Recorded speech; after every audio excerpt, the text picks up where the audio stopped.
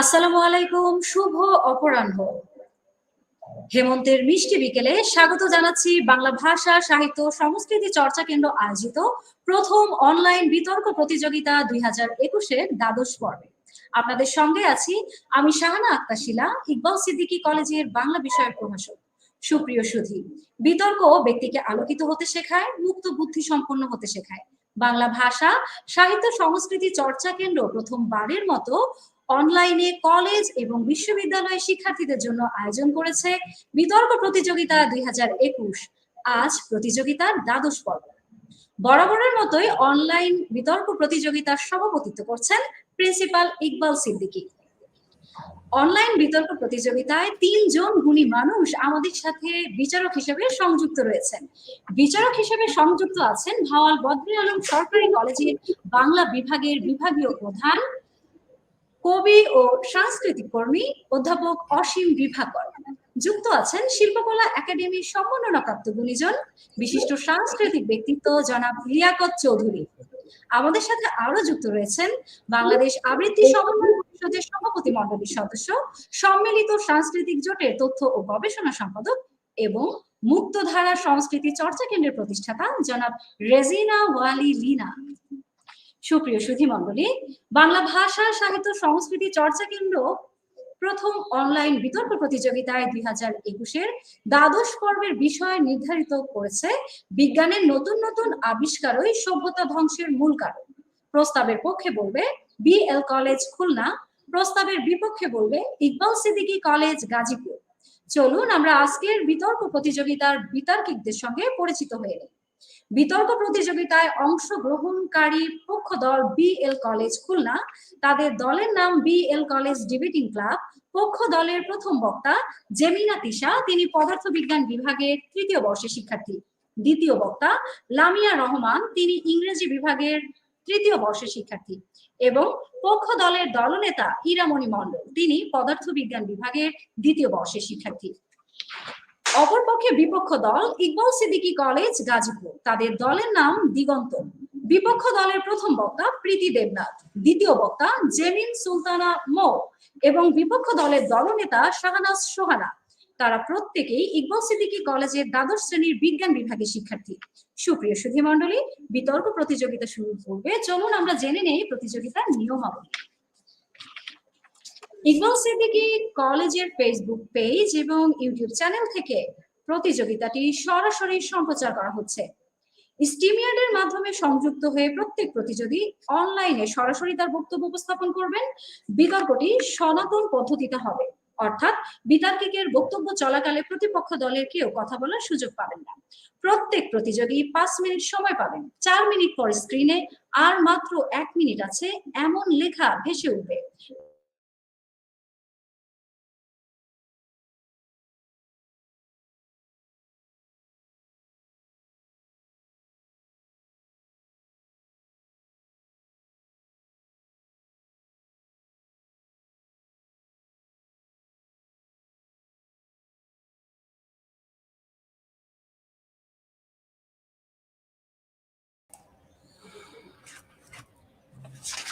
সম্ভবত আমাদের সঞ্চালক ডিসকানেক্টেড হয়েছেন, সে কারণে আমাকেই নাম বলতে হচ্ছে। তো নাম বলার আগে 10ম পর্ব এবং 9ম পর্বে যারা পুরস্কার পেয়েছেন তাদের পুরস্কার হাতে পৌঁছে গেছে, তাদের ছবি এসেছে আমাদের কাছে। হ্যাঁ, শিলা এসে গেছেন, আমি শিলাকে দিচ্ছি। ওকে স্যার, আমরা প্রতিযোগিতার নিয়মাবলীগুলো আমরা জেনে নিয়েছি। সুপ্রিয় সুধী মণ্ডলী, অত্যন্ত আনন্দের সঙ্গে জানাচ্ছি বাংলা ভাষা সাহিত্য সংস্কৃতি চর্চা কেন্দ্রের আয়োজিত প্রথম অনলাইন বিতর্ক প্রতিযোগিতা 2021-এর 9ম পর্বের সেরা বিতর্কে কুমারী সঞ্চিতা রানী এবং 10ম পর্বের সেরা বিতর্কিক জুহি জান্নাত মিমের কাছে পৌঁছে গিয়েছে পুরস্কার ও ক্রেস্ট। ছবিতে আমরা পুরস্কার ও ক্রেস্ট হাতে 9ম ও 10ম পর্বের সেরা বিতর্কিকদের দেখতে পাচ্ছি। সুধী মণ্ডলী, আমাদের আজকের বিতর্কের বিষয় নির্ধারিত হয়েছে বিজ্ঞানের নতুন নতুন আবিষ্কারই সভ্যতা ধ্বংসের মূল কারণ। প্রথমে এই বিষয়ের পক্ষে বলার জন্য আহ্বান জানাচ্ছি পক্ষ দলের প্রথম বক্তা জেমিনা তিশাকে তার বক্তব্য উপস্থাপনের জন্য। আমাকে কি শোনা যাচ্ছে? আপনার কথা আমরা শুনতে পাচ্ছি, আপনি আপনার বক্তব্য উপস্থাপন করুন। ধন্যবাদ মাননীয় সভাপতি, ধন্যবাদ সবাইকে। আজকের বিতর্কের বিষয় নির্ধারণ করা হয়েছে বিজ্ঞানের নতুন নতুন আবিষ্কারই সভ্যতা ধ্বংসের মূল কারণ। বিষয়টির পক্ষে অবস্থান করছি। দলের প্রথম বক্তা হিসেবে আমি বিষয়টিকে সংজ্ঞান করে যাব এবং সেই সাথে কিছু সুস্পষ্ট ক্ষেত্র দেখিয়ে যাব যা আমার দলের দ্বিতীয় বক্তা এসে বিশ্লেষণ করে যাবেন এবং তৃতীয় বক্তা এসে সার্বিক সমন্বয়ের মাধ্যমে দেখিয়ে যাবে যে বিজ্ঞানের নতুন নতুন আবিষ্কারই সভ্যতা ধ্বংসের মূল কারণ। প্রথমে আসছে সংজ্ঞায়নে। বিজ্ঞান বিজ্ঞান বলতে বোঝাচ্ছি বিশেষ জ্ঞানকে, অর্থাৎ আমরা শুধুমাত্র যখন কোনো বিষয় নিয়ে বিস্তর গবেষণা বা পরীক্ষা করি এবং সেই গবেষণা বা পরীক্ষা পর্যবেক্ষণ ও যাচাই করে নিয়মতান্ত্রিক বা সুশৃঙ্খল জ্ঞান লাভ করি তখন তাকে আমরা বিজ্ঞান বলছি। নতুন নতুন আবিষ্কার, নতুন নতুন আবিষ্কার বলতে ব্যক্তি বা দলীয় ভাবে কোনো নতুন ধরনের জিনিস, যন্ত্র, বিষয় তৈরি, প্রযুক্তি উদ্ভাবন, প্রক্রিয়াকরণ ইত্যাদিকে বোঝাচ্ছি। সভ্যতা সভ্যতা বলতে আমরা সেই মানব সভ্যতাকে বোঝাচ্ছি যেখানে যেখানে সেই সমস্ত অঞ্চলসমূহকে বোঝাচ্ছি যেখানে একটি জনগোষ্ঠীর নগরপত্তন করে উন্নততর জীবন ব্যবস্থা গড়ে তুলছে, তখন তার ওই অগ্রগতির সহায়ক হিসেবে উদ্ভাবিত হচ্ছে লিখন পদ্ধতি, আইন, সরকার ব্যবস্থা, বাণিজ্য, সুস্পষ্ট ধর্মীয় দর্শন, মানব জাতির এসব আচরণের সম্মিলিত সমন্বয়কে বলা হচ্ছে সভ্যতা। ধ্বংস ধ্বংস বলতে বিনাশ বা নষ্ট হওয়াকে বোঝাচ্ছি। মূল কারণ বলতে বোঝাচ্ছি প্রথম, প্রধান অথবা প্রকৃতকরণ। মানব সভ্যতায় আজকে আমরা তিনটি ক্ষেত্র আলোচনা করে যাব, যেখানে আমরা আলোচনার মাধ্যমে দেখিয়ে যাব যে বিজ্ঞানের নতুন নতুন আবিষ্কার কিভাবে সভ্যতা ধ্বংসের মূল কারণে দাঁড়াচ্ছে। এক, প্রকৃতির ভারসাম্য নষ্ট। দুই, মানবতার বিরক্তি। তিন, পারমাণবিক ক্ষেত্রের প্রসার। মাননীয় সভাপতি, আমাদের প্রতিপক্ষ দলের বন্ধুরা এসে হয়তো বা বলতে পারেন যে বিজ্ঞান মানুষের জীবনকে অনেক উন্নত করছে, সহজ করছে, তাহলে কিভাবে এটা সভ্যতা ধ্বংসের মূল কারণে দাঁড়াচ্ছে? মাননীয় সভাপতি, আমরা যদি একটু পেছনের দিকে তাকাই, যেখানে 1945 সালে জাপানের হিরোশিমা এবং নাগাসাকি শহরে পারমাণবিক বোমা হামলা করা হয়েছিল, যার ভয়াবহতা কিন্তু আমরা এখনো বয়ে বেড়াচ্ছি। যেখানে বিগত 75 বছর ধরে কিন্তু সেখানে তেজস্ক্রিয়তার ক্ষতিকর প্রভাবের কারণে বিকলাঙ্গ শিশু জন্মগ্রহণ করছে, যেখানে সভ্যতাটা থমকে গিয়েছিল। মানব সভ্যতা এরই ধারাবাহিকতা ধরে বর্তমানে কিন্তু আরো উন্নত মানের পারমাণবিক অস্ত্র তৈরি করাচ্ছে, যা মুহূর্তে কিন্তু আমাদের সভ্যতাকে ধ্বংস করে দিতে পারে। আধুনিক প্রযুক্তির সবচেয়ে ভয়াবহ প্রয়োগ হচ্ছে কিন্তু যুদ্ধের অস্ত্র তৈরি ও ব্যবহার। প্রতিপক্ষ দলের সবাই বলতে পারে বিজ্ঞানের এত উন্নয়ন থাকতে আমরা কেন খারাপের দিকে যাচ্ছি? মাননীয় সভাপতি, আমরা বিজ্ঞানের উন্নয়ন হচ্ছে ঠিক আছে, কিন্তু আমরা এমন একটা সময় দাঁড়িয়ে যে বিতর্কটা করছি সেখানে কিন্তু মানুষ ভালো থেকে খারাপের দিকটাকে বেশি গ্রহণ করেছে। মানুষের নীতি নৈতিকতা লোপ পাচ্ছে, মানুষ বেশি প্রতিযোগিতায় লিপ্ত হচ্ছে। এগুলো কিন্তু বিজ্ঞানের আবিষ্কারের কারণে হচ্ছে। আমরা যদি একটু উন্নত বিশ্বের দিকে তাকাই, যেখানে বড় বড় যে দেশগুলো আছে তারা কিন্তু আজকে বিভিন্ন ধরনের ক্ষেপণাস্ত্র তৈরি করছে, মিসাইল তৈরি করছে, তারা যেখানে সেখানে এটা নিক্ষেপ করে পরীক্ষা চালাচ্ছে। এগুলো কিন্তু মানব সভ্যতার হুমকির মুখে আসছে, যেখানে আমরা যেখানে আমরা তৃতীয় বিশ্বযুদ্ধের দ্বার প্রান্তে এসে দাঁড়িয়ে আছি। এরপর আসি মাননীয় সভাপতি পারমাণবিক বিদ্যুৎ উৎপাদনের কথা। আমরা যদি আমাদের দেশের দিকে তাকাই তাহলে কিন্তু দেখা যায় যে যেখানে বা পাবনা রূপপুরে পারমাণবিক বিদ্যুৎ উৎপাদন করা হচ্ছে, সেখানে জ্বালানি থেকে বর্জ্য যেখানে জ্বালানি থেকে অনেক বর্জ্য বেশি উৎপন্ন হবে, যাবতীয় তেজস্ক্রিয়, এবং যা পরিবেশের জন্য কিন্তু মারাত্মক ক্ষতিকর। মাননীয় সভাপতি, আমরা যদি পারমাণবিক বিদ্যুতের কথা বাদ দিয়ে আমরা যদি প্রচলিত বিদ্যুতের কথা বলি, যেখানে বন উজাড় করে কিন্তু বিদ্যুৎ উৎপাদন করা হচ্ছে, কয়লা পুড়িয়ে বিদ্যুৎ উৎপাদন করা হচ্ছে, যেখানে অনেক বনভূমি কিন্তু ধ্বংস হয়ে যাচ্ছে। কয়লা পোড়ানোর ফলে কিন্তু অনেক বায়ু দূষিত হচ্ছে, যার ক্ষেত্রে কিন্তু আমাদের ওজোন স্তর সেটা ক্ষতিগ্রস্ত হচ্ছে। সিএফসি এর কারণে ওজোন স্তর ক্ষতিগ্রস্ত এবং বায়ু দূষণের কারণে হচ্ছে এসিড বৃষ্টি হচ্ছে। বৈশ্বিক উষ্ণায়ন যেটা বৃদ্ধি পাচ্ছে গ্রিন হাউস ইফেক্টের কারণে, আমাদের যে দুই মেরু অঞ্চল আছে সেখানে কিন্তু তাপমাত্রা বাড়ার কারণে সেখানে বরফ গলে যাচ্ছে এবং পানির উচ্চতা বৃদ্ধি পাচ্ছে, সমুদ্রের পানির উচ্চতা বৃদ্ধি পাচ্ছে, যার কারণে কিন্তু আমাদের মানব সভ্যতা কিন্তু ধ্বংসের মুখে পতিত হচ্ছে। এরপর যদি আমরা মাননীয় সভাপতি, আমরা যদি আমাদের দৈনন্দিন জীবনের কথা চিন্তা করি, যেখানে মানুষ কিন্তু অতিরিক্ত যন্ত্র নির্ভর হয়ে পড়ছে এবং মানুষ কিন্তু অনেকটা শ্রম বিমুখ হয়ে পড়ছে, যেখানে আমরা ফোন ইন্টারনেট এগুলো অতিরিক্ত ব্যবহারের কারণে যার ক্ষতিকর যে রশ্মিগুলো সেগুলো কিন্তু আমাদের মানব শরীরের উপর প্রভাব পড়ছে। আমরা আজকে চিঠির যুগ থেকে এসে ইন্টারনেটের যুগে এসেছি, কিন্তু আমাদের বিজ্ঞানের উন্নতি হচ্ছে ঠিকই, কিন্তু এগুলো প্রতিনিয়ত ব্যবহারের কারণে যে ক্ষতিকর পদ্ধতি তা কিন্তু মানব শরীরের ভিতরে অনেক প্রভাব ফেলছে। আজকে যদি আমরা কৃষি ক্ষেত্রের দিকে তাকাই, সেখানে যদি বিজ্ঞানের অনেক উন্নতি হচ্ছে, যেখানে মানুষ অনেক প্রচুর ফসল উৎপাদনের জন্য সেখানে প্রচুর পরিমাণে কীটনাশক ব্যবহার করছে, সেখানে ফসল উৎপাদন হচ্ছে ঠিকই, কিন্তু যা আমাদের সেখানে খাদ্যের মাধ্যমে সেটা কিন্তু আমাদের শরীরে প্রবেশ করছে, মানব সভ্যতা কিন্তু ধ্বংসের মুখে যাচ্ছে। যেখানে খাদ্য সংরক্ষণের জন্য ফর্মালডিহাইডের মতো রাসায়নিক পদার্থ ব্যবহার করছে, যা প্রতিদিনই কিন্তু আমাদের শরীরে প্রবেশ করে যাচ্ছে। বিজ্ঞানের আবিষ্কার কিন্তু মানব সভ্যতা, আমাদের বিজ্ঞানের আবিষ্কারের ফলে আমাদের উন্নতি কিন্তু ঠিকই হচ্ছে, কিন্তু আমরা যদি এভাবে প্রত্যেকটা জিনিস পর্যালোচনা করে দেখা যাচ্ছে সেগুলো কোনো না কোনো ভাবে কিন্তু আমাদের সভ্যতা ধ্বংসের মূল কারণ হয়ে দাঁড়াচ্ছে। ধন্যবাদ।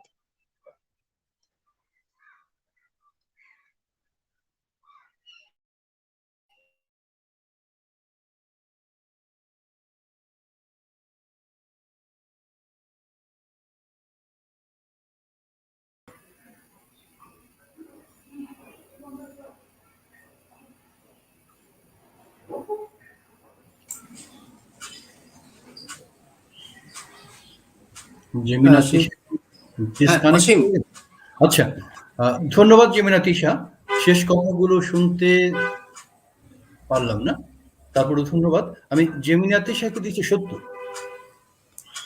আমি 72 দিচ্ছি, 72। 75। আমি 75 দিয়েছি, 75। এবারে আমি প্রস্তাবের বিপক্ষে বলার জন্য আহ্বান জানাচ্ছি বিপক্ষ দলের প্রথম বক্তা প্রীতি দেবনাথকে। বিতর্ক প্রতিযোগিতায় উপস্থিত বিজ্ঞ বিচারক মন্ডলী এবং যারা দেখছেন সকলের প্রতি রইল আমার সালাম, আসসালামু আলাইকুম। বিতর্ক চলছে এবং আজকের বিতর্কের বিষয় নির্ধারণ করা হয়েছে বিজ্ঞানের নতুন নতুন আবিষ্কারের সভ্যতা ধ্বংসের মূল কারণ। সঙ্গত ও বাস্তবের প্রেক্ষাপটে আমি এবং আমার দল প্রস্তাবটির বিপক্ষে অবস্থান করছি। আমি এবং আমার দল সঠিক যুক্তি এবং বিতর্কের মাধ্যমে প্রমাণ করেই যাব বিজ্ঞানের নতুন নতুন আবিষ্কারের সভ্যতা ধ্বংসের মূল কারণ নয়। মাননীয় সভাপতি, আমার প্রতিপক্ষ দল ভিন্ন ভিন্ন গানে এমন কিছু কথা বলে গেলেন মনে হলো তারা ঘুমিয়ে ঘুমিয়ে স্বপ্ন দেখছে। বাস্তব জগতের ধ্যান ধারণা তাদের মধ্যে নেই। হাইরে কপাল মন্দ, চোখ থাকিতে অন্ধ। যেখানে প্রতিদিন ঘুম ভাঙে এলার্ম করে ক্লিনটিং শব্দ, এমনকি দৈনন্দিন কাজে যা ব্যবহার করছি সবই বিজ্ঞানের নতুন নতুন আবিষ্কার। মাননীয় সভাপতি, রোমান সভ্যতা, আসিরীয় সভ্যতা, আদি সভ্যতা, গ্রিক সভ্যতা, এমনকি সিন্ধু সভ্যতা, এই সভ্যতাগুলো ধ্বংসের পেছনে কারণগুলো ছিল: ১. অভ্যন্তরীণ অবক্ষয়, ২. রক্ষণশীল মানসিকতা, ৩. জলবায়ু পরিবর্তন, ৪. নদের গতিপথ পরিবর্তন, ৫. বন্যা, ৬. বৃক্ষছেদন, ৭. সংস্কৃতির প্রভাব, ৮. যুদ্ধ বিগ্রহ, ৯. মহামারী। কারণ ছিল একটি সভ্যতার পেছনে। মাননীয় সভাপতি, আমি এতগুলো কারণ দেখে গেছি। এখানে কি বলা হয়েছে বিজ্ঞানের নতুন নতুন আবিষ্কারের ফলে সভ্যতা ধ্বংস হয়েছে? মাননীয় সভাপতি, কোনো কিছু ধ্বংসের পেছনে কিন্তু একটি কারণ কোনোভাবেই যথার্থ নয়। যদি বিজ্ঞানের নতুন নতুন আবিষ্কারের সভ্যতা ধ্বংসের মূল কারণ হয়ে যেত, তবে কেন পৃথিবীতে এত সৃষ্টি, কেন পৃথিবীতে এত বিজ্ঞানী? আজকের সভ্যতা বিজ্ঞানের নতুন নতুন আবিষ্কার নির্ভর সভ্যতা। মানব সভ্যতার বিজয় রথের চাবিকাঠি হলো বিজ্ঞানের নতুন নতুন আবিষ্কার। মাননীয় সভাপতি, আজ থেকে প্রায় 100 বছর পেছনে ফিরে তাকানো যাক, দেখা যাবে সেই যুগে ছিল না কোনো বিজ্ঞানের নতুন নতুন আবিষ্কার, ছিল না কোনো সভ্যতা। বর্তমানে বিজ্ঞানের নতুন নতুন আবিষ্কারের যুগে মানুষ পৃথিবীর গণ্ডি পেরিয়ে বিচরণ করছে মহাশূন্যে, তৈরি করছে বিভিন্ন স্টেশন, সংগ্রহ করছে বিভিন্ন তথ্য। বিজ্ঞানের এই নতুন নতুন আবিষ্কারের যুগে মানুষ বর্তমান আধুনিক হচ্ছে। চরম ঐশ্বর্যের মূলে রয়েছে বিজ্ঞানের নতুন নতুন আবিষ্কার। প্রতিপক্ষ দল, আজ আপনারা বিভিন্ন ডিভাইস এবং ইন্টারনেটের মাধ্যমে বিতর্ক প্রতিযোগিতায় যুক্ত হয়েছেন। এই ডিভাইস এবং ইন্টারনেট কিন্তু বিজ্ঞানের নতুন নতুন আবিষ্কারের ফলে তৈরি হয়েছে। নুন খাওয়া যার, গুণ গাও তার। আজ আপনারা ঠিক নুন খাওয়া যাচ্ছেন কিন্তু গুণ গাচ্ছেন না। টেলিভিশন, টেলিফোন, ইন্টারনেট, কম্পিউটার আধুনিক সভ্যতার এক একটি অস্ত্র, যার মূলে রয়েছে বিজ্ঞানের নতুন নতুন আবিষ্কার। প্রতিপক্ষ দল প্রবাদ বাক্যে আছে, নাস্তা না জানলে উঠুন বাঁকা। আজ আপনারা বিজ্ঞানের নতুন নতুন আবিষ্কারকে সঠিকভাবে কাজে লাগাতে পারছেন না, যার জন্য শুধু বিজ্ঞানের নতুন নতুন আবিষ্কারকে দায়ী করে যাচ্ছেন। আমার ভাইয়া অসুস্থ ছিল, ও নেগেটিভ রক্তের খুবই প্রয়োজন ছিল। মাননীয় সভাপতি, আমি রক্ত কোথাও পাচ্ছিলাম না। হয়তো সেদিন হারাতো আমার পরিবার তাদের সন্তানকে, আমি হারাতাম আমার ভাইয়াকে। মাননীয় সভাপতি, আমি টুইটার সামাজিক মাধ্যমে একটি পোস্ট করেছিলাম। 1 মিনিটেরও কম সময় আমি ও নেগেটিভ রক্তদাতাকে পেয়ে যাই, যিনি আমার ভাইয়াকে রক্ত দিয়ে সুস্থ করেছে। মাননীয় সভাপতি, মায়ের বয়স এখন 110, মৃত্যু যেন খুব কাছাকাছি। মা হারিয়ে ফেলেছিল তার সন্তানকে সে 70 বছর আগে। এতগুলো বছর পর মার কল্পনা করতে পারিনি তার হারানো সন্তান ফিরে পাবে। হ্যাঁ মাননীয় সভাপতি, আমি বাংসারাপুরের নেশার কথা বলছি, যার ছেলে ফেসবুকের মাধ্যমে সে ফিরে পেয়েছে। তাছাড়া ফেসবুকে একটি জনপ্রিয় পেজ আছে আরজে কিবরিয়া, যিনি বিজ্ঞানের নতুন নতুন আবিষ্কার ব্যবহার করে ফিরিয়ে দিচ্ছে হারানো সন্তান তার মায়ের কোলে। প্রতিপক্ষ দল আজ যদি বিজ্ঞানের নতুন নতুন আবিষ্কার সভ্যতা ধ্বংসের মূল কারণ হয়ে থাকে, কেন প্রতিটা সেকেন্ড আজ আপনারা বিজ্ঞানের উপর নির্ভরশীল? আজ আমাদের বলা হয় শিক্ষিত এবং সভ্য নাগরিক, যার মনে রয়েছে বিজ্ঞানের নতুন নতুন আবিষ্কার। প্রতিপক্ষ দল আজ বিজ্ঞানের নতুন নতুন আবিষ্কার হচ্ছে বলে আজ বিভিন্ন আমরা উন্নয়ন রাষ্ট্রের দিকে তাকাই, যেমন জাপান, আমেরিকা, চীন ইত্যাদি। এসব রাষ্ট্র উন্নয়নের পেছনেও কিন্তু ছিল বিজ্ঞানের নতুন নতুন আবিষ্কার। প্রতিপক্ষ দল আজ যদি বিজ্ঞানের নতুন নতুন আবিষ্কার সভ্যতা ধ্বংসের মূল কারণ হয়ে থাকে, আজ কোনো পরিবার তার সন্তানকে নিয়ে স্বপ্ন দেখতো না আমার ছেলে বড় হয়ে ডক্টর ইঞ্জিনিয়ার হবে। সুতরাং আমরা বলতে পারি বিজ্ঞানের নতুন নতুন আবিষ্কার ধ্বংসের জন্য সভ্যতা ধ্বংসের জন্য বিজ্ঞানের নতুন নতুন আবিষ্কার কোনোভাবে দায়ী নয়, এর জন্য দায়ী মানুষ। প্রতিপক্ষ দল পানিকে আপনি যে পাত্রে রাখেন না কেন, পানি সে পাত্রে সে আকারই ধারণ করবে, যেমন কর্ম তেমন ফল। আজ আপনি খারাপ কর্ম করে ভালো ফলের প্রত্যাশা করবেন, সেটা শুধু বিবোকামি। প্রতিপক্ষ দল সবকিছু যেমন সুফল রয়েছে কুফলও তেমন রয়েছে। যেমন আপনি একটি স্মার্টফোন একজন ভালো ব্যক্তিকে দিবেন, সে সর্বদা চেষ্টা করবে স্মার্টফোনটি ভালো ব্যবহার করা।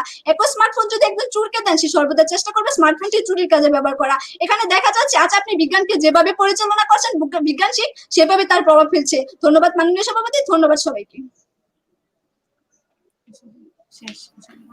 ধন্যবাদ প্রীতি রানী দেবনাথ। আমি প্রীতিকে দিয়েছি 72। দিচ্ছি 75।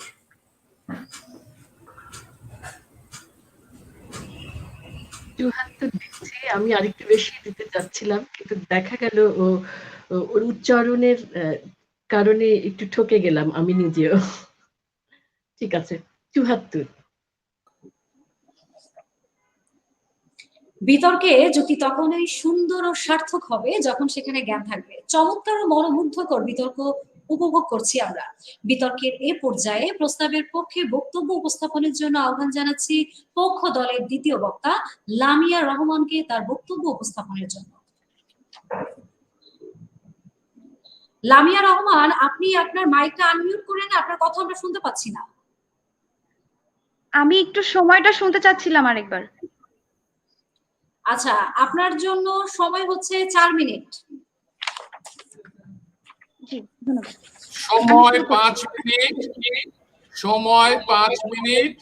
4 মিনিট পর একটা সতর্ক কথা স্ক্রিনে ভেসে উঠবে। আর মাত্র 1 মিনিট আছে, এই নোটিশ আসবে, তারপরে 1 মিনিট বলা যাবে। মোট 5 মিনিট সময়। জি, ইন্টারনেট সংযোগের জন্য আমি শুনতে পারিনি। জি, ধন্যবাদ। শুরু করছি। বিজ্ঞান মানুষকে দিয়েছে বেগ, কিন্তু কেড়ে নিয়েছে আবেগ। তাতে আছে গতির আনন্দ, নেই সভ্যতার আবেশ।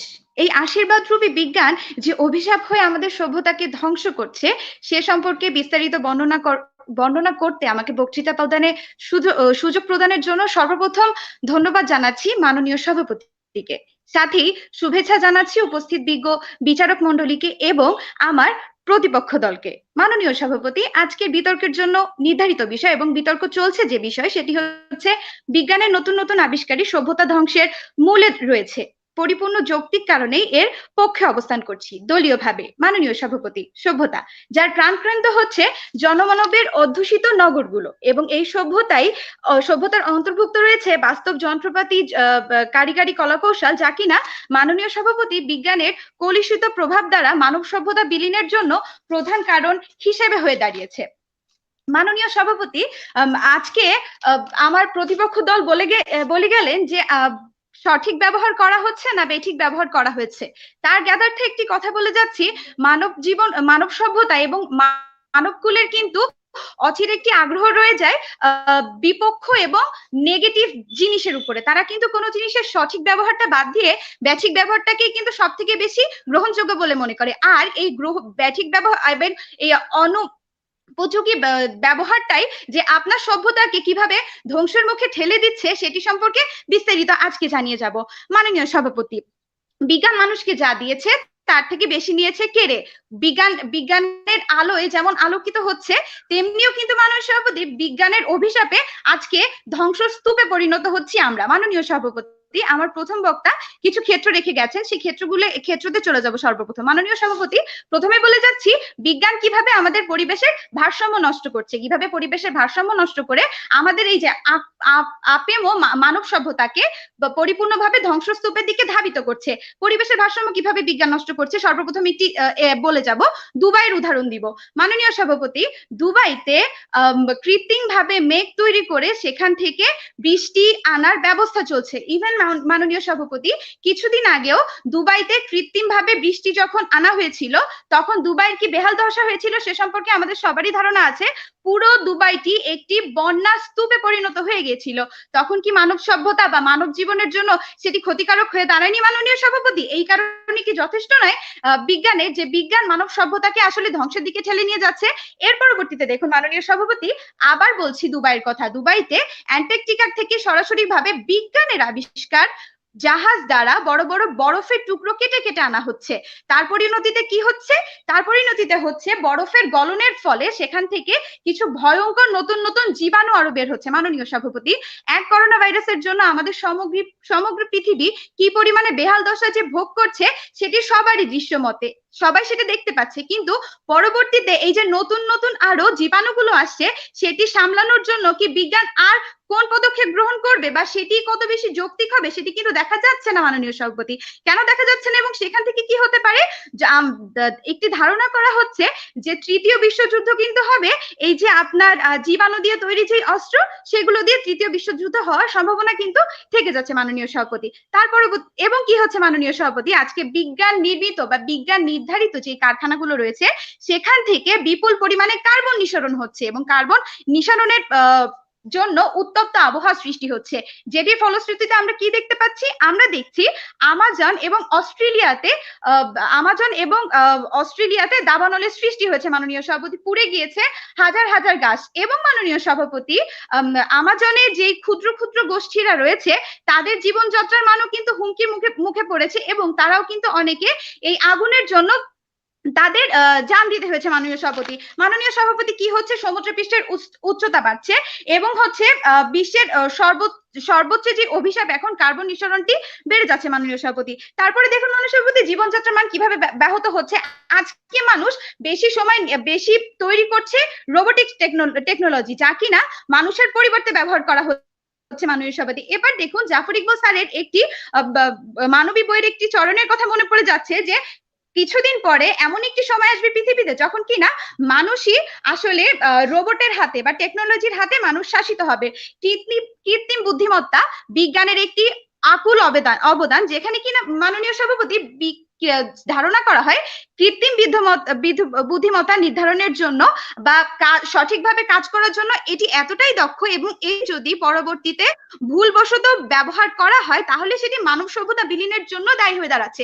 মাননীয় সভাপতি, আমার বিরোধী দলের প্রথম বক্তা এসে বলে গিয়েছিলেন যে আজকে উন্নত বিশ্ব হিসেবে সে দেখতে পাচ্ছে জাপান এবং বিভিন্ন উন্নত দেশ। জাপানের কথা যদি বলি তাহলে জাপানের নাগাসাকিতে যে আক্রমণটি হয়েছিল, যে পারমাণবিক বোমাটি নিঃসরণ করা হয়েছিল, সেটিও কিন্তু আজকে বিজ্ঞানেরই অবদানের ভেতরে পড়ে মাননীয় সভাপতি। আজকে পারমাণবিক ক্ষেত্রে মানুষ এত বেশি নিজেদেরকে দক্ষ করে তুলছে যে নিজেদের জাতি আজকে মানুষকে শেষ করার জন্যই মানুষ কিন্তু উঠে পড়ে লেগেছে। দেখা যাচ্ছে আমেরিকার কাছে ছোটখাটো পারমাণবিক বোমা এমন আছে যেটি কিনা নাগাসাকিতে যে বোমা হামলা করা হয়েছিল, প্রাণ গিয়েছিল যেখানে 70,000-এরও বেশি মানুষের, সেটির তুল্য মাননীয় সভাপতি। তাহলে তাদের বড় বড় বোমাগুলো আসলে আমাদের পৃথিবীকে কেমন ধরনের ধ্বংসস্তূপ যে তৈরি করে দিতে পারে মাননীয় সভাপতি সে সম্পর্কে আর বলার বাহুল্যই রাখে না মাননীয় সভাপতি। তো মাননীয় সভাপতি, আজকের প্রস্তাবনা দিয়ে আমরা বুঝিয়ে দিয়ে গেছি যে বিজ্ঞান কিভাবে আজকে মানব সভ্যতাকে ধ্বংস করে যাচ্ছে মাননীয় সভাপতি। ধন্যবাদ মাননীয় সভাপতি, ধন্যবাদ সবাইকে। ধন্যবাদ লামিয়া রহমান। আমি লামিয়াকে দিয়েছি 74। আমি 75 দিলাম। আমিও 75। 75। এবারে আমি আহ্বান জানাচ্ছি বিপক্ষ দলের দ্বিতীয় বক্তা জেমিন সুলতানা মৌকে তার বক্তব্য উপস্থাপনের জন্য। ধন্যবাদ মাননীয় সভাপতি, আমাকে আমার বক্তব্য উপস্থাপনের সুযোগ প্রদানের জন্য। আমাদের আজকের বিতর্কের বিষয় হচ্ছে বিজ্ঞানের নতুন নতুন আবিষ্কার ও সভ্যতা ধ্বংসের মূল কারণ। প্রথমে সভ্যতা ধ্বংসের মূল কারণগুলোর ব্যাখ্যা দেব। প্রাকৃতিক দুর্যোগ, এর প্রধান প্রমাণ হচ্ছে সিন্ধু সভ্যতা। সিন্ধু সভ্যতা বন্যা, প্লাবন, ভূমিকম্পের কারণে ধ্বংস হয়ে যায়, বৃষ্টিপাতের পরিমাণ কমে যায়, মরুভূমির সূচনা হয় এবং খাদ্যাভাব দেখা যায়। মায়া সভ্যতা ধ্বংসের কারণ ছিল মূলত পানি ঘাটতি। গ্রিক সভ্যতা ধ্বংসের কারণ ছিল নৈতিক মূল্যবোধের অবক্ষয়। সামুদ্রিক মানুষের আক্রমণ ও প্রাকৃতিক দুর্যোগের কারণে এটি ধ্বংস হয়ে যায়। মিশরীয় সভ্যতা ধ্বংসের কারণও ছিল মূলত মানুষ। অপরদিকে চীনা সভ্যতা ধ্বংসের কারণ ছিল যুদ্ধ বিগ্রহ, হানাহানি, কাটাকাটি। খ্রিস্টপূর্ব 10ম শতকে লিবিয়ার এক একক বর্বর জাতি খ্রিস্টপূর্বে ফারাওদের সিংহাসনে দখল করে নেয়। 670 থেকে 662 পূর্বাব্দে অ্যাসিরীয়রা মিশরের আধিপত্য বিস্তার করে। 525 খ্রিস্টপূর্বে পারস্য মিশর দখল করে নিলে প্রাচীন মিশরের সভ্যতার সূর্য অস্তমিত হয়। রোমান সভ্যতা ধ্বংসেরও কারণ ছিল রোমান সাম্রাজ্যবাদের শেষ সম্রাটের ক্ষমতার অপব্যবহার, যুদ্ধ বিগ্রহ, বহিরাক্রমণ, অর্থনৈতিক মন্দা সহ এক্ষেত্রে প্রত্যেকটি ক্ষেত্রে আমরা দেখতে পারি এখানে কোথাও মানুষ দায়ী, কোথাও প্রযুক্তি দায়ী নয়, বরং প্রত্যেক ক্ষেত্রেই মানুষই দায়ী। সুতরাং ইতিহাসে আমরা বারবার লক্ষ্য করি যে মানব সভ্যতা ধ্বংসের মূল কারণ হচ্ছে অনৈতিকতা, হানাহানি, যুদ্ধ বিগ্রহ, মানবিক মূল্যবোধের অবক্ষয়। এক্ষেত্রে কোথাও আমরা সভ্যতা ধ্বংসের মূল কারণ হিসাবে প্রযুক্তিকে দায়ী করতে পারি না। প্রতিপক্ষ দল, আপনারা এমন এক সভ্যতা দেখিয়ে যাবেন যেখানে বিজ্ঞানের নতুন নতুন আবিষ্কার সভ্যতা ধ্বংসের মূল কারণ ছিল। এবার আসি প্রযুক্তির দিকে। প্রযুক্তি যে আমাদের সভ্যতাকে কিভাবে গড়ে তুলেছে এবং কতগুলো মাধ্যমে তা গুণে শেষ করা যাবে না। আমাদের জীবনের সকল ক্ষেত্রে আমরা আজকে সকালে ঘুম থেকে ওঠা শুরু করে রাত অব্দি যেসব যা ব্যবহার করি প্রত্যেকটি জিনিসই প্রযুক্তি, এবং মানুষ আদিমকাল থেকে চেষ্টা করছে কিভাবে তাদের জীবনকে আরো আরামদায়ক করা যায়, কিভাবে তাদের জীবনকে আরো উন্নত করা যায়। মাননীয় সভাপতি কথায় আছে, মানুষ যেই থালে খায় ওই থালই ছিদ্র করে। আমার প্রতিপক্ষ দল প্রতিনিয়ত প্রতি মুহূর্তে যে প্রযুক্তিগুলোকে ব্যবহার করছে তারা তাদেরকেই বলছে যে সেই প্রযুক্তি নাকি সভ্যতা ধ্বংসের মূল কারণ। মাননীয় সভাপতি, আমরা আজকে যে বিতর্কের মধ্যে সময় নির্ধারণ করে আমাদের বক্তব্যগুলোকে উপস্থাপন করছি তার জন্য প্রধান ভূমিকা রাখছে ঘড়ি। আজকে যদি ঘড়ি না থাকতো তবে হয়তো আমরা কেউই কারো কথা শুনতাম না, এখানে একটি বিশৃঙ্খলাময় পরিবেশ সৃষ্টি হতো। আবার একইভাবে আজকে যে আমরা অনলাইনের মাধ্যমে যুক্ত হয়ে আমাদের এই বিতর্ক প্রোগ্রামটি চালিয়ে যাচ্ছি, তার মূল ভূমিকা পালন করছে ইন্টারনেট, অনলাইন, এবং আমার প্রতিপক্ষ দল যে ব্যবহার করছে স্মার্টফোন, প্রত্যেকটি হচ্ছে প্রযুক্তি ব্যতীত আপনি 1 মিনিটও চলতে পারবেন না প্রতিপক্ষ দল। আজ থেকে 20 বছর আগের দিকে তাকাই, যখন আমেনা, রহিমার মতো নারীরা জীবন দিয়েছে শুধু গর্ভধারণের সময়। সেই করুণ দৃশ্য, যে সময় সদ্য জন্মগ্রহণ করা শিশুটি তার মায়ের কোল হারালো। একইভাবে সময় হওয়ার আগেই জন্মগ্রহণ করা শিশুটি মারা যায় এবং মা তার শিশুকে হারালো। 2017 সালের নাগাদ বিশ্বে মাতৃমৃত্যুর হার 1990 সাল থেকে 88% হ্রাস পেয়েছিল। বর্তমান যুগে আসি, প্রযুক্তি যে আমাদের জীবনকে কতটা আরামদায়ক করেছে তার একটি জলজ্যান্ত উদাহরণ। ঠিক কিছুদিন আগেই আমার বড় বোনের 7 মাসের প্রসব বেদনা ওঠে। তাকে আমরা একটি উন্নত হাসপাতালে নিয়ে যাই। সেখানে আমার বড় বোনের বাচ্চাটিকে একটি আইসিইউতে রাখা হয়, এবং সেখানে আমার বড় বোনের বাচ্চাটিকে ঠিক সেভাবেই রাখা হয় যেভাবে একটি বাচ্চা মায়ের গর্ভে থাকে, এবং বর্তমানে আমার বোন এবং আমার বোনের বাচ্চাটি দুজনেই সুস্থ আছে। আবার একইভাবে রক্তের অভাবে অনেক রোগী মারা যায়। 1959 সালে আবিষ্কৃত ড্রোনের মাধ্যমে এখন বর্তমানে যে কোনো সময় রক্ত, টিস্যু, ট্রান্সফিউজিরল, বিভিন্ন চিকিৎসা প্রয়োজনীয় দ্রব্যগুলো আমরা মিনিটের মধ্যে হাতের কাছে পাচ্ছি। আবার দৈনন্দিন জীবনে আমাদের নানা ধরনের রোগ হচ্ছে, এবং সেই রোগ নিরাময়ের জন্য বিভিন্ন প্রতিষেধক আবিষ্কৃত হয়েছে। আমার প্রতিপক্ষ দল বলে গেছে যে করোনা মহামারী একটি ক্ষেপণাস্ত্র। তাহলে আমরা বলি যে আদিমকালে তো নতুন নতুন প্রযুক্তি ছিল না, তখন যে ডায়রিয়া, বিভিন্ন ধরনের কলেরা, বিভিন্ন ধরনের রোগ সৃষ্টি হয়েছে, তখন তো এগুলো নিরুপায় করতে পারেনি, বরং জানতেও পারেনি যে কি জন্য এগুলো হচ্ছে। বর্তমানে এই করোনার প্রতিষেধকও খুব তাড়াতাড়ি আবিষ্কৃত হয়েছে এই প্রযুক্তির মাধ্যমে। মাননীয় সভাপতি কথায় আছে, ধরি মাছ না ছুঁই পানি। আপনি প্রযুক্তি ব্যবহার করছেন, এর সুবিধা ভোগ করছেন, আপনি একেই বলছেন যে সভ্যতার ধ্বংসের মূল কারণ নাকি প্রযুক্তি। আজকে প্রত্যেকটি ক্ষেত্রে আমরা এই প্রযুক্তিকে ব্যবহার করছি। সুতরাং আমরা বলতে পারি সভ্যতা ধ্বংসের মূল কারণ হিসাবে কোথাও আমরা প্রযুক্তিকে পাই না, বরং বারবারই সভ্যতাকে টিকে থাকতে এই প্রযুক্তি আমাদেরকে ব্যবহার করছে। ধন্যবাদ মাননীয় সভাপতি, ধন্যবাদ সবাইকে।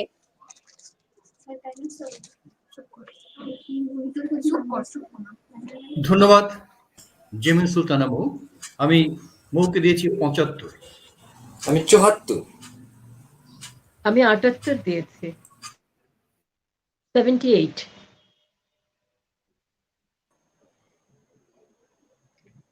এবারে আমি পক্ষ দলের দলনেতা ইরামণি মণ্ডলকে আহ্বান জানাচ্ছি বিষয়ের পক্ষে বক্তব্য উপস্থাপনের জন্য। জনাব লিয়াকত চৌধুরী, আপনার নম্বরটা আমরা শুনতে পাইনি ঠিক মতো। স্যার, আমারটা শুনতে পাইনি আমি এখনো। 78 লিয়াকত চৌধুরী, আপনারটা পেয়েছি। লিয়াকত চৌধুরী 74। 74, জি।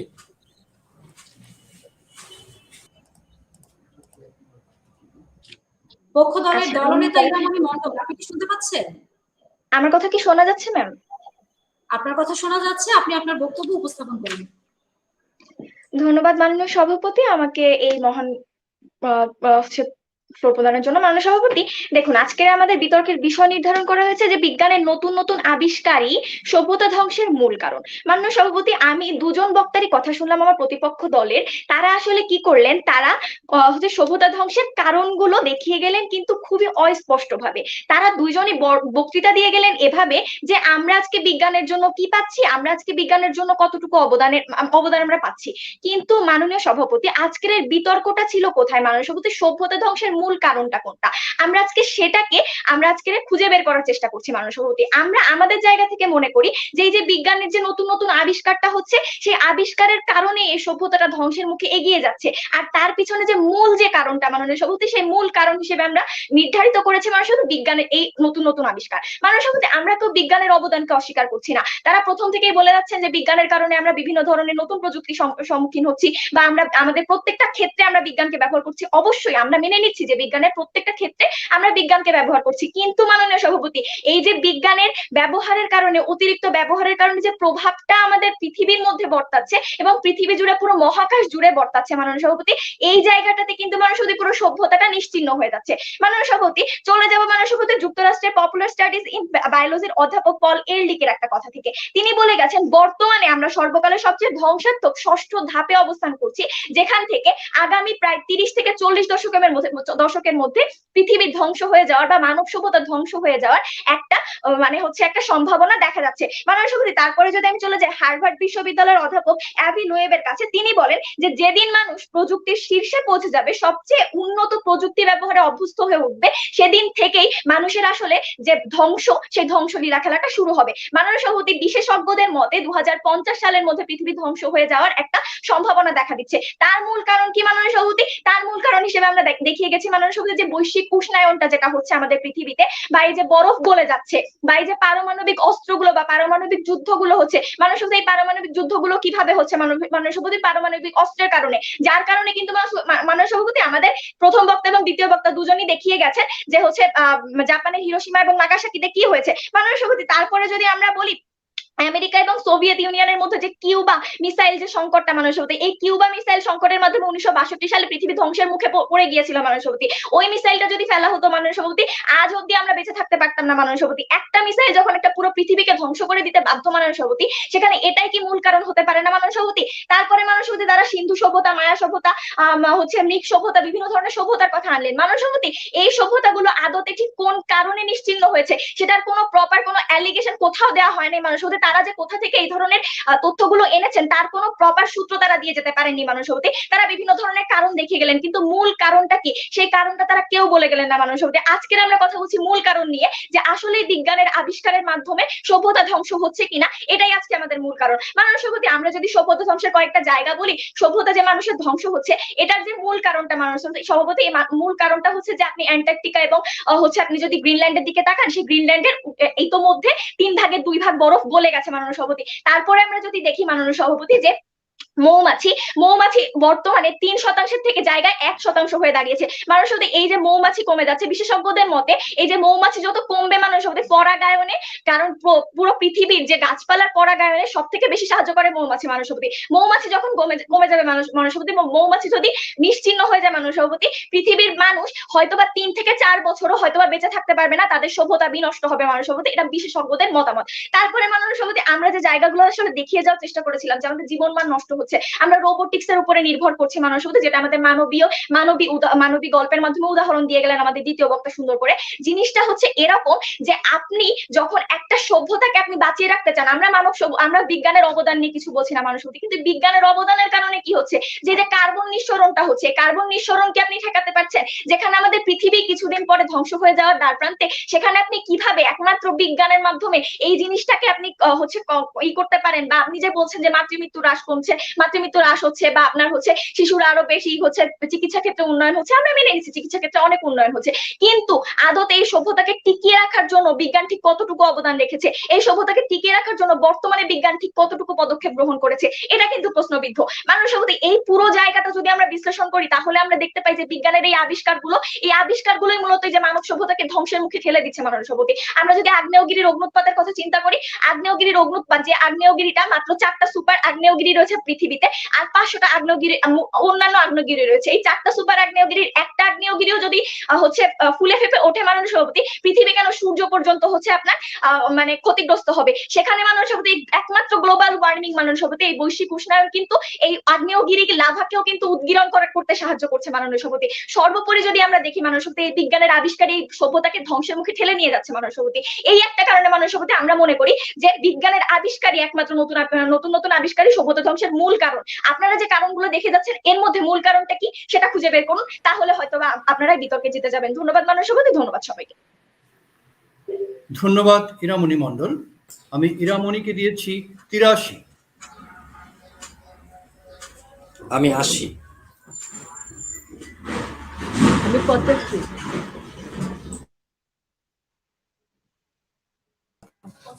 লীনা আপার নম্বরটা আবার একটু বলবেন প্লিজ। 85। 85।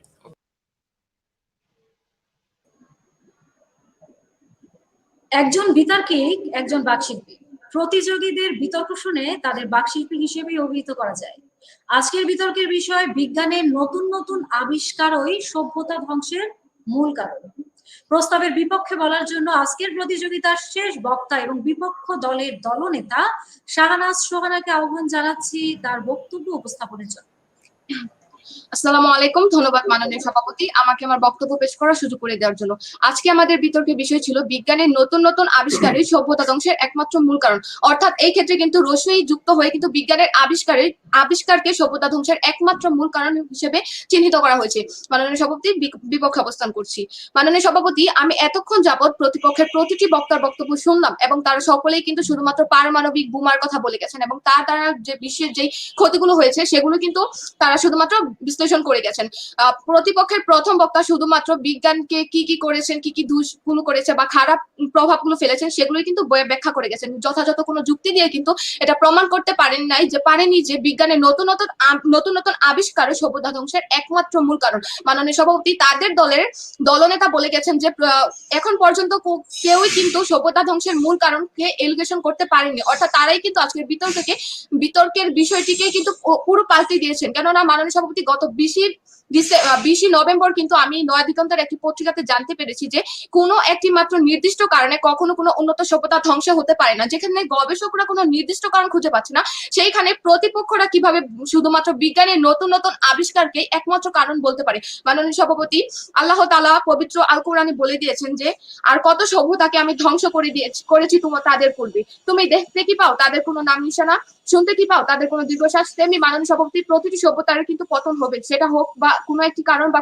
হোক বা কোনো একটি অন্য কোনো একাধিক কারণ। মাননীয় সভাপতি প্রতিপক্ষ দলের প্রথম দ্বিতীয় তৃতীয় বক্তা সকলেই কিন্তু প্রাকৃতিক দুর্যোগ, ভূমিকম্প, জলবায়ু পরিবর্তন সকল কিছুর জন্য কিন্তু শুধুমাত্র বিজ্ঞানের আবিষ্কারকেই দায়ী করে গেছেন। তারা সব দিক থেকে শুধুমাত্র বিজ্ঞানের আবিষ্কার থেকেই দোষারোপ করে গেছেন। মাননীয় সভাপতি পারমাণবিক বোমার আগেও কিন্তু জিনামাইট আবিষ্কার করা হয়েছিল এবং জিনামাইটের মূল লক্ষ্য কিন্তু ছিল না মানুষ খুন করা বা মানুষ হত্যা করা, বরং জিনামাইটের মাধ্যমে কিন্তু ভূ প্রকৃতি থেকে খনিজ সম্পদ উত্তোলন করার মাধ্যমে কিন্তু সেটাকে ব্যবহার করা হতো। পরবর্তীতে মানুষ কিন্তু নিজের মস্তিষ্ক দিয়ে সেটাকে অপব্যবহার করে কিভাবে মানুষকে হত্যা করা যায় সেক্ষেত্রে কিন্তু ব্যবহার করেছিল। মাননীয় সভাপতি সেক্ষেত্রে কিন্তু একান্তই যেই ক্ষতিগুলো করছে সেগুলো কিন্তু মানুষ নিজেরাই নিজের মস্তিষ্ক খাটিয়ে করছে। তাহলে মাননীয় সভাপতি কি করে বিজ্ঞানের আবিষ্কার শুধুমাত্র একটি সভ্যতার ধ্বংসের মূল কারণ হতে পারে। মাননীয় সভাপতি এখন প্রতিপক্ষের উদ্দেশ্যে বলবো যে ধরুন প্রতিপক্ষ আপনাদের কারো হাতে যদি একটি ছুরি এবং একটি আপেল ধরিয়ে দেওয়া হয় এবং ছুরি দিয়ে যদি আপনারা আপেল না কেটে আপনাদের হাতের আঙুল কেটে ফেলেন এবং সেটার জন্য যদি আপনারা বিজ্ঞানের আবিষ্কার ছুরির দোষ দেন, সেটা কি তাহলে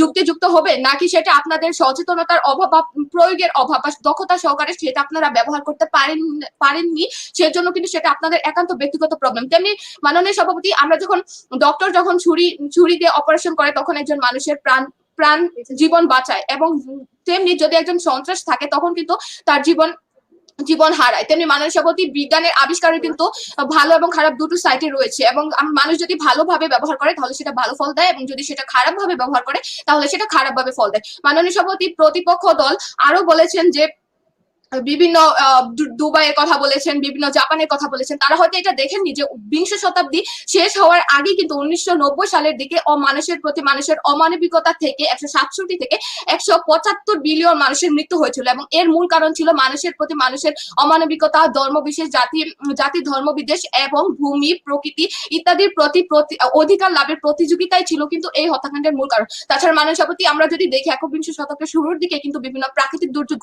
ঘটছে মহামারী করোনা ভাইরাসের কারণ, যাতে প্রাণ হারাচ্ছে 20 লাখ মানুষ এবং আক্রান্ত হয়েছে 10 কোটি মানুষ। মাননীয় সভাপতি প্রতিপক্ষ শুধু বিভিন্নভাবে বলে গেছেন খারাপ দিকগুলো, কিন্তু আজকে আমাদের বিতর্কের বিষয়টা ছিল যে বিজ্ঞানের নতুন নতুন আবিষ্কারই সভ্যতা ধ্বংসের মূল কারণ, অর্থাৎ বিজ্ঞানের আবিষ্কারকে শুধুমাত্র একমাত্র কারণ বলা হয়েছে, যেখানে বাস্তবের কোনো প্রেক্ষাপট আমরা মিল পাচ্ছি না।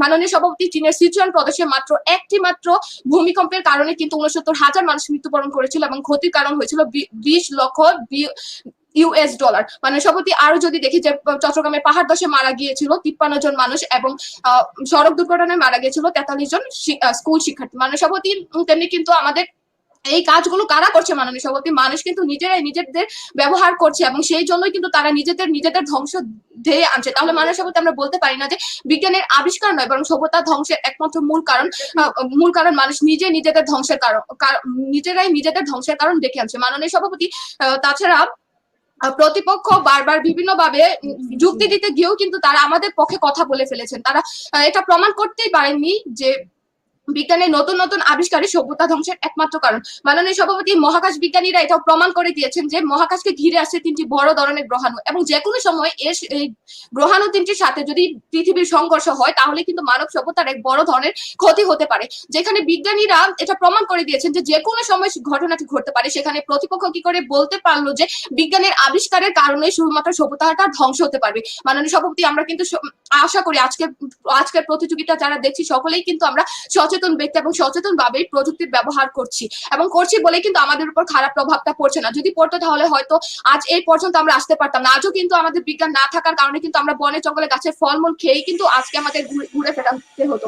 সভ্যতা বলতে কিন্তু সভ্যতা কি আছে বা নিজেদেরকে সভ্য জাতি হিসেবে কিন্তু কখনোই সমাজের সামনে বা বিশ্বের সামনে নিজেদেরকে প্রমাণ করতে পারবো না। তাই মাননীয় সভাপতি যেখানে সভ্যতার কর্মবিকাশের সূচনাটাও বিজ্ঞানের হাত ধরে হয়েছিল, সেখানে বিজ্ঞান কি করে সভ্যতা ধ্বংসের মূল কারণ হবে। ধন্যবাদ মাননীয় সভাপতি, ধন্যবাদ সবাইকে। মাননীয় সভাপতি আরেকটি কথা যে জাপানের সুনামি কিন্তু বিজ্ঞানের ফলে হয়নি, তার পেছনে রয়েছিল বিভিন্ন মানব সৃষ্ট কারণ বা বিভিন্ন কারণ, যেটা প্রতিপক্ষ শুধুমাত্র বিজ্ঞানের জন্য বলে গিয়েছিলেন, যেটা সম্পূর্ণ কাল্পনিক এবং বাস্তব প্রেক্ষাপটের সাথে তার কোনো মিল নেই। আশা করি মাননীয় সভাপতি আমরা এই ভুল ধারণা থেকে বেরিয়ে এসে আমরা নিজেদেরকে সচেতন নাগরিক হিসেবে গড়ে তুলবো এবং সচেতন ভাবে প্রযুক্তির যথাযথ ব্যবহার করব। ধন্যবাদ মাননীয় সভাপতি, ধন্যবাদ সবাইকে। ধন্যবাদ সোহানা। আমি সোহানাকে 77। আমি 80 দিলাম, 80। অধ্যাপক অসীম, আপনার নম্বরটা আমরা শুনতে পাইনি ঠিক মতো। 79। জি, শেষ হলো বিতর্কিকদের বক্তব্য উপস্থাপন। সুপ্রিয় সুধী মণ্ডলী, আগামী 4 ডিসেম্বর 2021 শনিবার বিকেল 3টায় প্রথম অনলাইন বিতর্ক প্রতিযোগিতার 13শ পর্ব অনুষ্ঠিত হবে। 13শ পর্বের বিষয় নির্ধারণ হয়েছে রাজনীতি পারে দেশের সকল সমস্যা সমাধান করতে। প্রস্তাবের পক্ষে বলবে IUBAT ঢাকা এবং প্রস্তাবের বিপক্ষে বলবে পাবনা বিজ্ঞান ও প্রযুক্তি বিশ্ববিদ্যালয়। আপনাদের সবাইকে 13শ পর্ব দেখার আমন্ত্রণ জানাচ্ছি। সুপ্রিয় সুধী, এবারে আমরা শুনবো আমাদের সম্মানিত বিচারকদের মন্তব্য। বিচারকদের মধ্যে পরপর বলবেন অধ্যাপক অসীম বিভাকর, জনাব লিয়াকত চৌধুরী এবং জনাব রেজিনা ওয়ালি রিনা। তার আগে যে কথা বলার কথা ছিল IUBAT না, উনি সংযুক্ত হতে পারেননি। ধন্যবাদ শিলাকে, সঞ্চালক শিলাকে। আজকের আয়োজনের মতবর সভাপতি প্রিন্সিপাল ইকবাল সিদ্দিকী, সম্মানিত বিচারক জনাব লিয়াকত চৌধুরী, জনাব রেজিনা ওয়ালি লিনা, সুপ্রিয় বিতার্কিক বৃন্দ, সুধী মণ্ডলী, সবাইকে শীতের বিকেলের শুভেচ্ছা। আমি মুগ্ধ হয়ে শুনছিলাম বিতার্কিকদের বিতর্ক, কিন্তু মুগ্ধতার রেশ বারবারই কেটে যাচ্ছিল একটা কারণে, সেটা হলো উচ্চারণগত ত্রুটির জন্য। ওই উচ্চারণটা যদি একটু ঠিকঠাক করে নিতে পারতো, তাহলে এই বিতর্কটা একটা অসাধারণ বিতর্কে আমরা বলতে পারতাম। আজকের বিতর্কের বিষয় বিজ্ঞানের নতুন নতুন আবিষ্কারই সভ্যতা ধ্বংসের মূল কারণ। আমার কাছে মনে হয়েছে যে পক্ষে যারা বলেছেন তারা এই যে নতুন নতুন আবিষ্কারই এই জায়গায় একটু ধরতে একটু সমস্যা হয়েছিল। বিজ্ঞানের নতুন নতুন আবিষ্কারের সভ্যতা ধ্বংসের মূল কারণ আসলে আমরা কিভাবে বলি? তবে হ্যাঁ, বিতর্কের জন্য আমরা তো একটা বিষয় বলেই দিই। আমরা যদি বলি যে আমরা যত পানি পান করি আমাদের পিপাসা তত বৃদ্ধি পায়, এটা নিয়ে বিতর্ক হতে পারে। ঠিক একইভাবে এই বিষয়টা নিয়ে বিতর্ক হতে পারে, কিন্তু আমাদের মূল বিষয়টা একটু খেয়াল রাখতে হবে।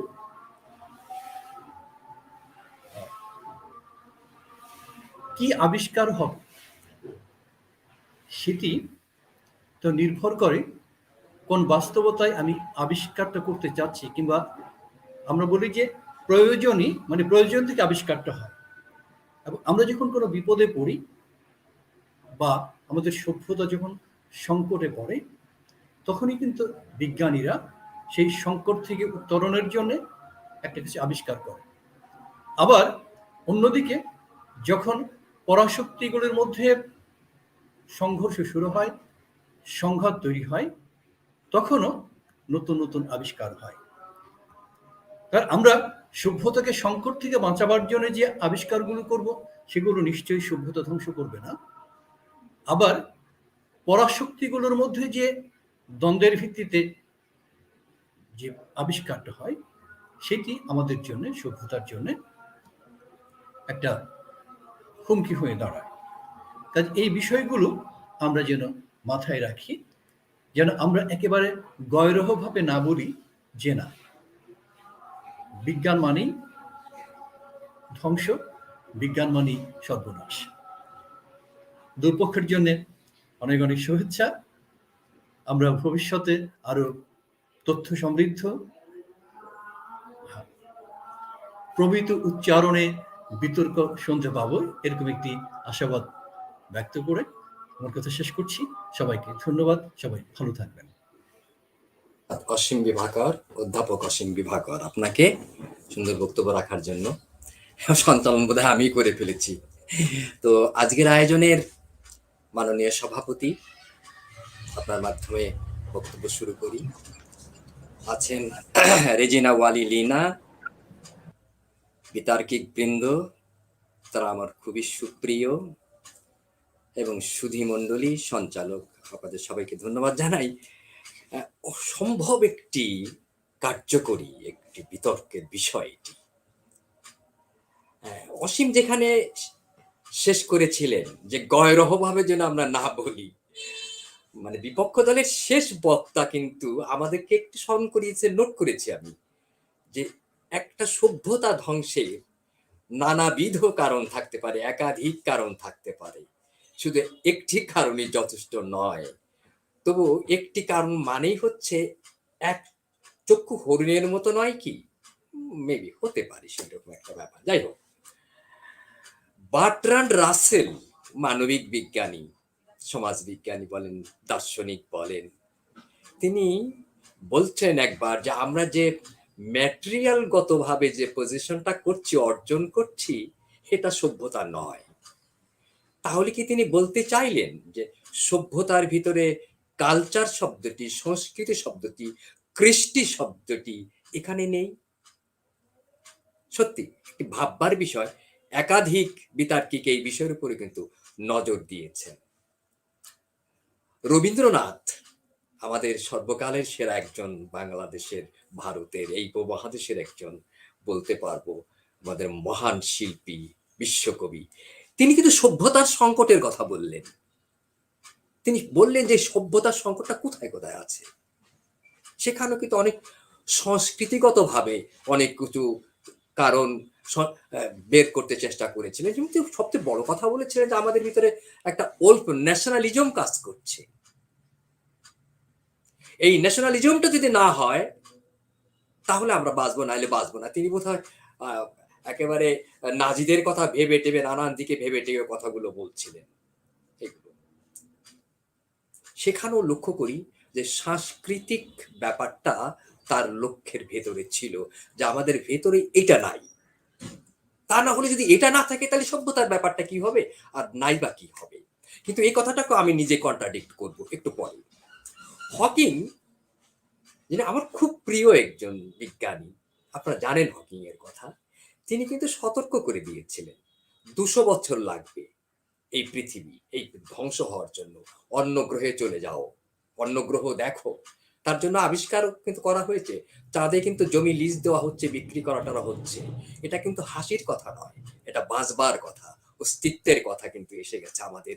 যেভাবে উষ্ণায়নটা হচ্ছে, এই উষ্ণায়নের ফলে কি যে হবে আমরা কোথায় কি হবে জানি না, তবে এবারে একেবারে আংশিক হলেও কিছু সুন্দর একটা ব্যাপার ঘটিয়ে দেওয়া হয়েছে। সবাই কিছু কিছু জায়গাতে যে এসেছে, কিন্তু কতটুকু হবে আমি জানি না। যাই হোক, এখন এই যে বিজ্ঞান এবং আবিষ্কার এর ভিতরে কিন্তু কাছাকাছি জায়গা আছে। কাছাকাছিটা কি হলো, বিশেষ জ্ঞান এবং আবিষ্কার করলো একটা বিশেষ জ্ঞান আমাদের হয়, সেখানে হলো প্রথম জ্ঞান যেখানে হয় সেইটা হলো আবিষ্কারের জায়গা। তাহলে আবিষ্কারের মূল ধাতু শব্দ হচ্ছে ক্রি, অর্থাৎ আমাদের কিছু করতে হচ্ছে, তো আসলে কিছু করে দেখাতে হচ্ছে জায়গাটাতে। না করলে তো আমরা কিছু দেখাতে পারবো না মানুষকে। সেই যে দেখানোর ব্যাপারটা, আমাদের ক্রিয়াটা কতটা সুন্দর হয়ে ওঠে, সেটাই হচ্ছে মূল জায়গা, যেখানে আমি একটু আগে বলেছিলাম। দেখুন, আবিষ্কার কেন শেষ পর্যন্ত যেটা আসলে ক্রি ধাতুটি আছে সেটা কেন খারাপ হবে? আপনি লক্ষ্য করে দেখবেন প্রমিথিউসে যখন আমরা দেখি যে আগুন আবিষ্কার করার পরে প্রমিথিউসকে পাহারা দেওয়া হয়েছিল যে তুমি আগুনটাকে দেখো, কিন্তু সেই আগুন তিনি মানুষকে দিয়ে দিলেন এবং সারা জীবন ধরেই তাকে বেঁধে রাখা হলো যে কেন তুমি মানুষকে দিলে। ওটা তো একটা মিথ, কিন্তু শেষ পর্যন্ত মানুষকে তো বাঁচবার জন্য আগুন তৈরি করতে হয়েছে। সভ্যতা শুরু কিন্তু তখন মানুষ বাঁচবার জন্য পাথর থেকে কিন্তু একটা অস্ত্র তৈরি করেছে বাঁচবার জন্য। মানুষ কিন্তু তীর তৈরি করেছে বাঁচবার জন্য, ধরে নেই আমি এইভাবেই।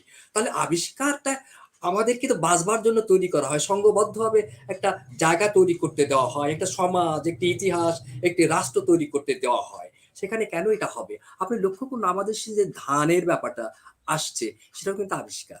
কৃষি একটা আবিষ্কার। এই কৃষিটা আবিষ্কারের ফলেই কিন্তু দেখবেন পুরো জিনিসটি পাল্টে গেল, মানুষের জীবন ধারণ পাল্টে গেল, সবকিছু পাল্টে গেল, মিথ আসলো, মানুষের সভ্যতা আসলো, নানান বিষয় চলে গেল জায়গাগুলোতে। তাহলে আবিষ্কারটা কেন আসলে আমরা এদিকে নিয়ে যাব?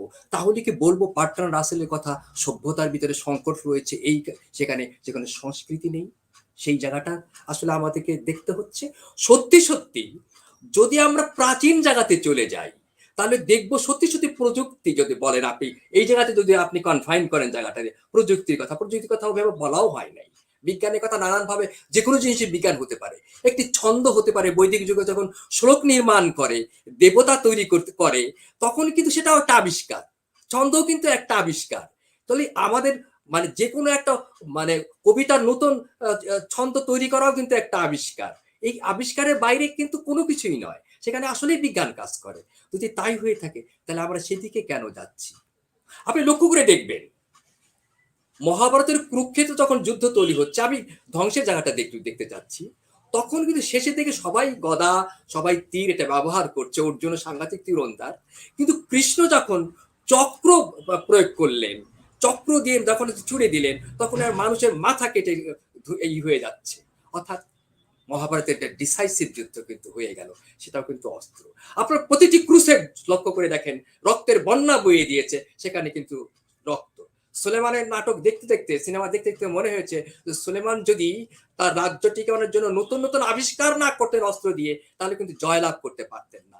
মানুষের মাথাও তিনি তো কেটেছেন সেই দিক থেকে। অত সুলেমানের সেই হৃৎপিণ্ডটি কিন্তু একটু অন্য একটা জায়গাতে পাওয়া গেছে, যেখানে তিনি আর এখানে ফেরত আসেনি। অর্থাৎ এই যুদ্ধ আসলে বিলয় ডেকে নিয়ে আসলো। তাহলে সেইখানে কিন্তু জায়গার সংস্কৃতির ব্যাপারটি কাজ করে যাচ্ছেই বলে আমার কাছে মনে হচ্ছে। এবং যদি আমরা দুটো জিনিসকে পাশাপাশি দেখি, যেটা বিতর্কিকরা বলেছেন, সেটা যদি আমরা সংস্কৃতির যদি বিনির্মাণ না দেখি, সংস্কৃতির যদি আমি ভ্যালুসগত দিক না দেখি, তাহলে কিন্তু আমরা কোনোদিনই এই সভ্যতাকে টিকিয়ে রাখতে পারবো না। যে সভ্যতাটি যে আমাদের আদি মানুষ তৈরি করেছেন, আগুন দিয়ে সভ্যতা তৈরি করেছেন, প্রাচীন অস্ত্র নিয়োগ করে বাঁচবার চেষ্টা করেছেন, সেখানে কিন্তু এটা আমাদের দেখতে হবে। আমি শেষে বলতে চাই, পুরো বিষয়টা যদি আমরা দেখতে চাই, তাহলে সেটা পলিটিক্যাল ভাবে দেখতে হবে, সমাজ এবং ইতিহাসের প্রেক্ষাপটে দেখতে হবে, কালের প্রেক্ষাপটে দেখতে হবে। সামন্তবাদকে হটিয়ে যখন মানে টেকনিক্যাল একটা রেভলিউশন আসলো, ইন্ডাস্ট্রিয়াল রেভলিউশন আসলো, সেটাও কিন্তু পলিটিক্যাল না হলেও শেষের দিকে কিন্তু পলিটিক্যাল, অনেক দেশকে জয় করবার জন্য, সাম্রাজ্য বিস্তার করবার জন্য হয়েছে। অতএব আমাদের পুরো বিষয়টা যদি আমরা রাজনৈতিকভাবে, সমাজগতভাবে, ইতিহাসের দান্দিক দিকটা আমরা যদি না দেখি, তাহলে কিন্তু আমরা ঠিক বুঝে উঠতে পারবো না যে কেন মানুষ এই দিকে যাচ্ছে, সভ্যতা ধ্বংসের দিকে, কেন যে অর্জনটাকে নষ্ট করে দিচ্ছে। সবাইকে ধন্যবাদ। এবার সম্ভবত আমার বলবার পালা, সভাপতির মাধ্যমে এবং আজকের এই সুন্দর বিতর্কটার ভেতরে আমরা ছিলাম, লিয়াকত চৌধুরী ভাই ছিলেন, অসীম বিভাকর ছিলেন, এবং সব মিলিয়ে অসীম যেখান থেকে শুরু করলেন এবং লিয়াকত ভাই যেখানে থামলেন, এবং ইকবাল সিদ্দিকী ভাই যেভাবে প্রসঙ্গটা তুললেন, বিতর্কের জায়গাতে একটি প্রসঙ্গ নিয়ে এলেন, সেটি বেশ পুরনো একটি প্রসঙ্গ, কিন্তু সবসময়ই নতুন। নতুন প্রসঙ্গ এই কারণে মনে হচ্ছে, এটি যেন একটি সতর্ক সংকেত। রাস্তায় চলবার ক্ষেত্রে লাল, হলুদ, সবুজ আলো, জেব্রা ক্রসিং, সভ্যতার বিনির্মাণে বিজ্ঞান চলবার ক্ষেত্রেও মানুষ যেন সেগুলো মেনে চলে, এরকম একটা ইঙ্গিত যেন, এরকম একটা সতর্ক সংকেত যেন কথার মধ্যে থেকেই গেল।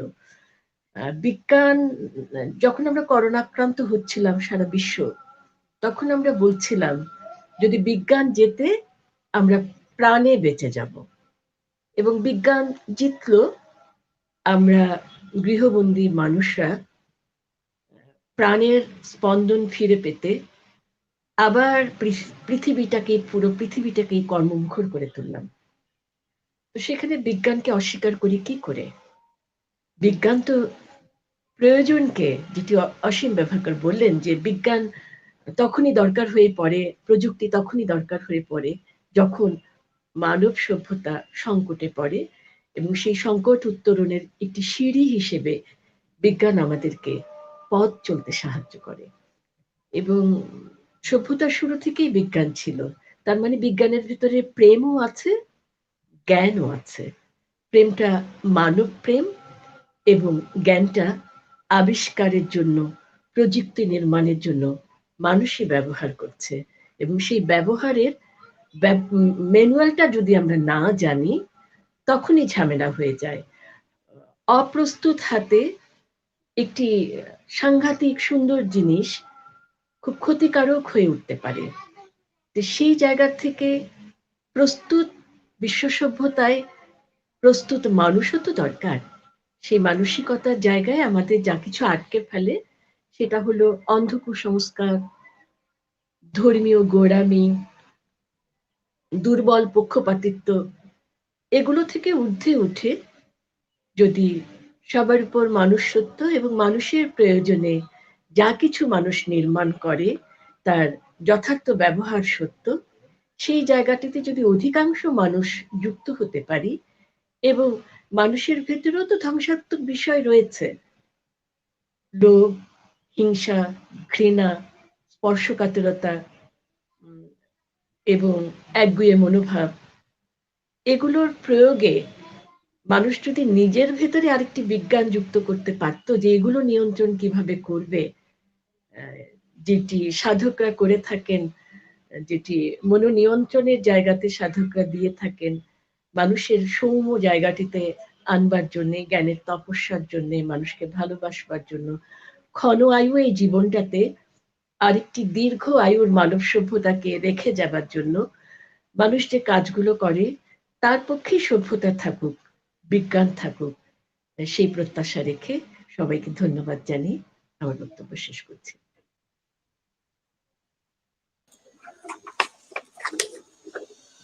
অসংখ্য ধন্যবাদ জ্ঞাপন করছি সম্মানিত বিচারকদের তাদের সুপরামর্শ ও সুচিন্তিত মত প্রদানের জন্য। প্রথম অনলাইন বিতর্ক প্রতিযোগিতা 2021-এর আয়োজন সফল করতে নেপথ্যে থেকে যারা আমাদেরকে সার্বিকভাবে সহায়তা করেছেন তারা হলেন সমন্বয়ক প্রভাষক রবিউল ইসলাম, ফল সংরক্ষণের প্রভাষক আফরোজা আজাদ কথা ও প্রভাষক তৌফাজ্জল হাসান, সময় নিয়ন্ত্রকের প্রভাষক আব্দুল করিম, ভিডিও সম্পাদনায় জনাব মোহাম্মদ রবিউল ইসলাম এবং কারিগরি সহযোগিতায় প্রভাষক আল আমিন ও সহকারী শিক্ষক জনাব গৌতম সরকার। আয়োজনের সাথে সংযুক্ত থেকে আমাদেরকে সার্বিক সহায়তা করার জন্য আপনাদের সবাইকে জানাচ্ছি আন্তরিক ধন্যবাদ। সুপ্রিয় সুধী মণ্ডলী, এবারে সেই কাঙ্ক্ষিত মুহূর্ত, ফল ঘোষণার পালা। আজকের বিতর্ক প্রতিযোগিতার সম্মানিত সভাপতি প্রিন্সিপাল ইকবাল সিদ্দিকীকে ফল ঘোষণা করার জন্য আমি বিনীতভাবে অনুরোধ করছি। ধন্যবাদ সঞ্চালক শান আক্তার শিলাকে, কৃতজ্ঞতা বিচারক অধ্যাপক অসীম বিভাকর, জনাব লিয়াকত চৌধুরী এবং জনাব রেজিনা ওয়ালি লিনাকে চমৎকার করে বিষয়টা বুঝিয়ে বলার জন্য। আমার ব্যক্তিগত বিবেচনায় এতদিনকার যে প্রতিযোগিতা হচ্ছে এতদিন ধরে, তার মধ্যে আজকের এই দ্বাদশ পর্বে এসে মনে হলো যেন একটা বিতর্ক আমরা উপভোগ করলাম এবং আমি খেয়াল করেছি যে বিচারবৃন্দ নম্বর দিতেও বেশ হিমশিম খেয়েছেন। বিশেষ করে পক্ষ দলের প্রথম দুই বক্তা বিপক্ষ দলের প্রথম দুই বক্তার চাইতে এগিয়ে ছিলেন। দুঃখিত, বিপক্ষ দলের প্রথম দুই বক্তা এগিয়ে ছিলেন, পক্ষ দলের দলনেতা এসেই তার দলকে টেনে উপরে নিয়ে গেলেন এবং যেটা বিচারকবৃন্দ দৃষ্টি আকর্ষণ করেছেন বারবার, যে উচ্চারণের সমস্যার কারণে অনেককে নম্বর দিতে তারা দিতে না পেরে কষ্ট পেয়েছেন। যে উচ্চারণটা যদি আরেকটু সমৃদ্ধ হতো, ভালো হতো, শুনতে শ্রুতি মধুর হতো, তাহলে হয়তো আরো বেশি নম্বর তারা দিতে পারতেন। তো আশা করি বিতার্কিকরা তাদের উচ্চারণের ব্যাপারে আরো সজাগ হবেন। তো আমি এই প্রাণবন্ত বিতর্কের শেষে আর কথা না বলে ফল ঘোষণা করে দেই। যদিও ফল অলরেডি জানা হয়ে গেছে, তবু আমাকে রীতি অনুসারে বলতে হবে। তাই আমি ঘোষণা করছি আজকের সেরা বিতার্কিক হয়েছেন বিএল কলেজের ইরামণি মণ্ডল। ইরামণি মণ্ডলকে শুভেচ্ছা এবং একই সঙ্গে সেরা দলও হয়েছে, অর্থাৎ আজকের প্রতিযোগিতায় বিজয়ী দলের নাম হলো বিএল কলেজ খুলনা। বিএল কলেজকে অভিনন্দন এবং একই সঙ্গে ইকবাল সিদ্দিকী কলেজের বিতার্কিকদেরকেও অভিনন্দন যে তারা আজকে একটি চমৎকার বিতর্ক আমাদেরকে উপহার দিয়েছেন। বিচারক বৃন্দের প্রতি আবারও কৃতজ্ঞতা জানিয়ে, যারা দর্শক এবং মন্তব্য করেছেন তাদের প্রতি কৃতজ্ঞতা জানিয়ে আজকের মতো এই দ্বাদশ পর্বের ইতি টানছি। সবাইকে শুভেচ্ছা।